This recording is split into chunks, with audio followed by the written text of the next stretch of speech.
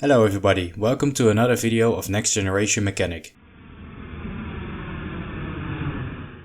Today we are replacing an IDG or integrated drive generator on a LEAP 1B engine. But before we start the replacement, I first want to explain something about the electrical system and the IDG. The IDG is the main electrical source and supplies 400 Hz and 115 volt AC power. The IDG can supply up to 75 kVA. There is one IDG installed per engine. If we look at the electrical schematic of a 737, we see that the IDG is controlled by the GCU or Generator Control Unit. If we move further down the line, we see a GCB or Generator Control Breaker. If the engine RPM is stable and the IDG is ready to supply the 115 volt AC to the transfer bus, the pilot switches the generator switch on the overhead panel to on. The GCU controls the GCB to close. This connects the IDG to the aircraft transfer bus. If the IDG has low oil pressure or an under frequency, the amber drive light will illuminate. If this happens during flight, it is possible to disconnect the IDG input shaft from the accessory gearbox by switching the disconnect switch.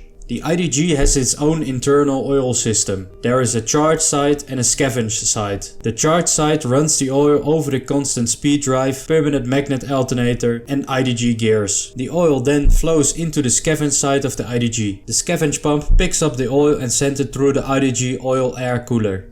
This cools down the IDG oil. The oil is then sent to the beginning of the cycle, the charge side of the IDG. Let's head over to the replacement of the IDG. First, we have to drain the oil out of the IDG.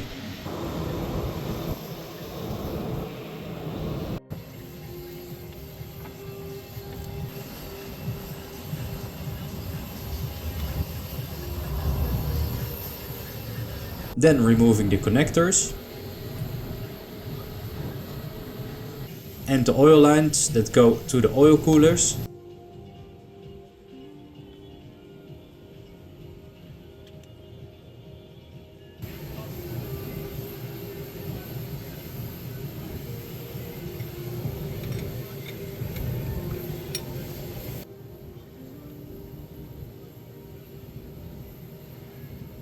Now we can remove the terminal cover.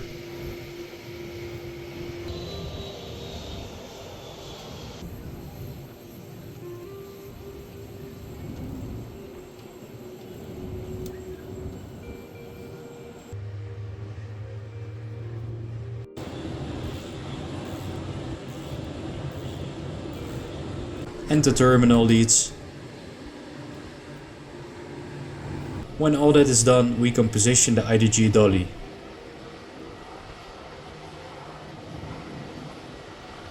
And loosen the cut or quick attached detach ring.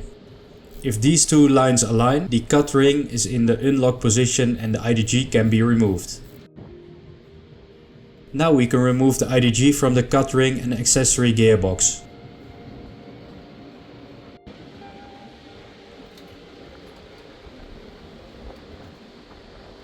After removal, we inspect the gearbox and internals of the spline fitting for any damages, oil leaks or any other debris, lubricating the new O-ring on the new IDG and putting the new IDG into position again. Tightening the quad ring again, and notice again the lines move from each other, which means that the quad ring is locked again. Reinstalling the terminal leads. Reinstalling the oil lines.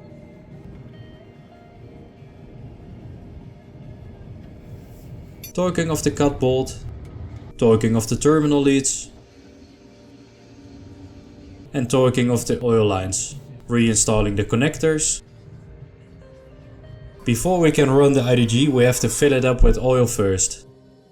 The IDG is serviced and ready for the test run.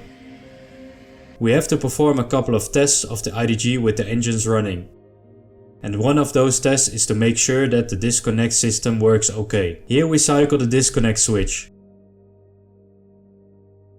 And you see that the drive light comes on, which indicates an under frequency in this instance. We reconnect it with a pull of a switch on the IDG when the engine is off again.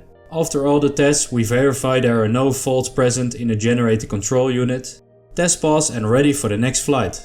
Thank you for watching and see you next time.